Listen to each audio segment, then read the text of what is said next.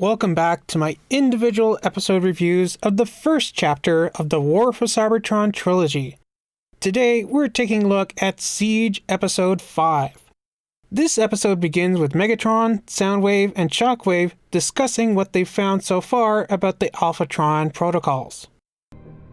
I have a fire Nope, can't say that. that can be programmed to eradicate. No, don't say it. Another one of your secret experiments that we don't know about. No, we can't make this joke. The virus will destroy all processors and mainframes. Oh, come on, Shockwave. You can't say the V word. Are you trying to get me demonetized here? You're certain this virus will destroy the clandestine Autobot code? No. You guys gotta stop saying that word. You can't say that one on YouTube these days. Otherwise, the algorithm will destroy me. How do you suggest we deploy such a virus? Are you guys even listening? Okay, well, moving on before they talk anymore about you-know-what. We then see Jetfire being questioned by the Autobots. Why are you here? I won't help Megatron wipe out an entire population. This line from Cog still baffles me as to how Rooster Teeth let this slip through. If Ultra Magnus has chose you to bear this honor, then I know you are worthy. Has chose you? Chose? Shouldn't it be has chosen you? Moving on. Where? Sea of Rust. No Autobot has ever returned from the Sea of Rust. Aren't Victorion and the Torchbearers from the Sea of Rust or something? Different continuity. It seems really convenient that the AllSpark is in the Sea of Rust, and only Decepticons know how to navigate it, and Jetfire, the former leader of the Seekers, just happened to give himself up to the Autobots 2 minutes ago, and is willing to guide them through it. Seriously, this is so obviously written that it took me out of the show.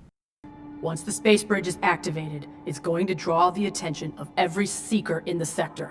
One fully functional space bridge coming up. But we have incoming! Well, then why did you turn it on? Just to see if it works? You could have at least waited until Optimus Prime got the AllSpark first. The way Mirage says that maybe this is the reason why he's here on this mission kind of reminded me how it was kind of foreshadowed that the Hulk would be the one that snapped everybody back in Avengers Endgame. Hey, I read all about your accident. That much gamma exposure should have killed you. So you're saying that the Hulk saved my life? Saved it for what? I guess we'll find out. It's gotta be me. But the radiation's mostly gamma. It's like, I was made for this. Back with the Decepticons. Is being deployed. You guys gotta stop saying that word. When Jetfire and Prowl talk about core override implants, this reminded me of how in Suicide Squad, they also had explosives implanted into their necks. In this episode, we finally get to see Arcee in this show, who is actually voiced by Sophia Isabella, who also played Windblade in Transformers Cyberverse. I loved her as Windblade in Cyberverse, and I like her as Arcee in this show, even though she doesn't get very many lines. I hope that she gets more work in Transformers in the future. Don't get me wrong, I'm thrilled. It is great. Now we just have to find out what dinosaurs are. This whole scene with Soundblaster and the mercenary faction is probably one of, if not my favorite in this whole show. I really like the idea of having other factions outside of the Autobots and Decepticons, and I'm glad we'll apparently be seeing more mercenaries in Earthrise. Soundblaster is a cool character. I kind of like how he has his own little bird bot, Buzzsaw, although I'm disappointed that this means that he's not one of Soundwave's cassettes. I kind of wish that he had his own, more obscure cassettes like Garboil or Sundor. This also makes me wonder, what if Rumble and Frenzy were in this show? Would one of them work for Soundwave and one of them work for Soundblaster? Also, this scene vaguely kind of feels like a heist movie. A poorly executed heist, but still a heist.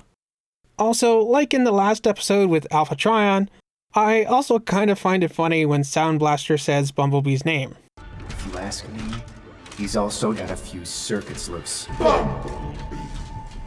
Why does just saying Bumblebee sound cute when I hear it? Maybe because it's a fun name to say.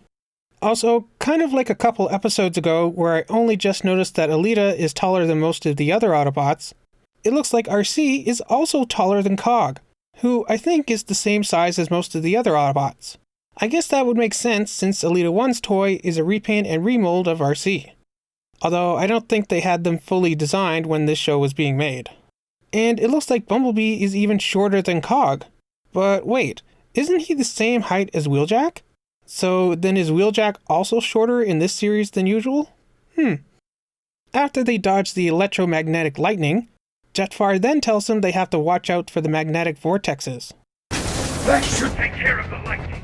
Now we just have to watch for metallic vortexes. Metallic vortexes? Which kind of reminds me of that Rescue Bots Academy episode, Wizard of Bots.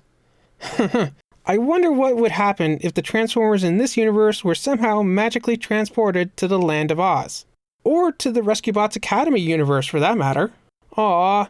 Okay, I know Prowl would probably make a good teacher like Chase, but can you imagine if Jetfire, one of my favorite Transformers ever, was in Rescue Bots Academy?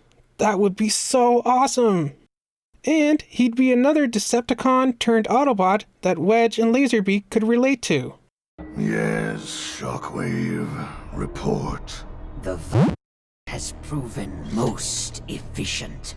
Guys, you gotta stop saying that word. Multiple explosions in Sector 7 have revealed a Vanguard-class spaceship. Wait a minute, Sector 7? What is it with Transformers in Sector 7? I mean, even before the live-action movie, we had... Hull breach in Sector 7! Guidance systems failing!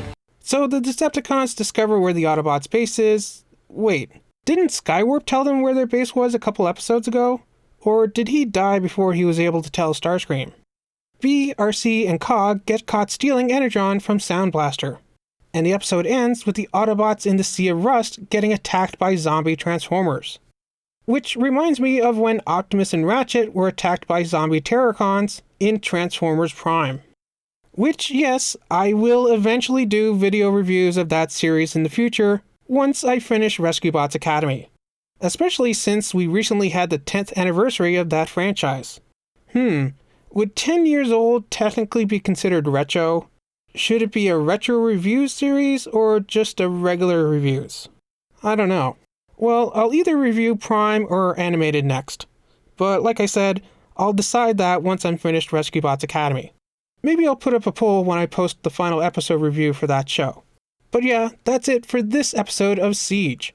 Turns out Shockwave is responsible for the Big V, Bumblebee and his crew try to pull off an energon heist, and the Autobots are attacked by zombies. Overall, a pretty good episode. I dare say maybe even better than the last one. What about you? What did you think of the 5th episode of the For Cybertron Trilogy? Let me know down in the comments. Remember to like, subscribe, and do all that other fun stuff. And I'll see you back here soon for the final episode of Siege, and the end of the first chapter of the Transformers For Cybertron Trilogy.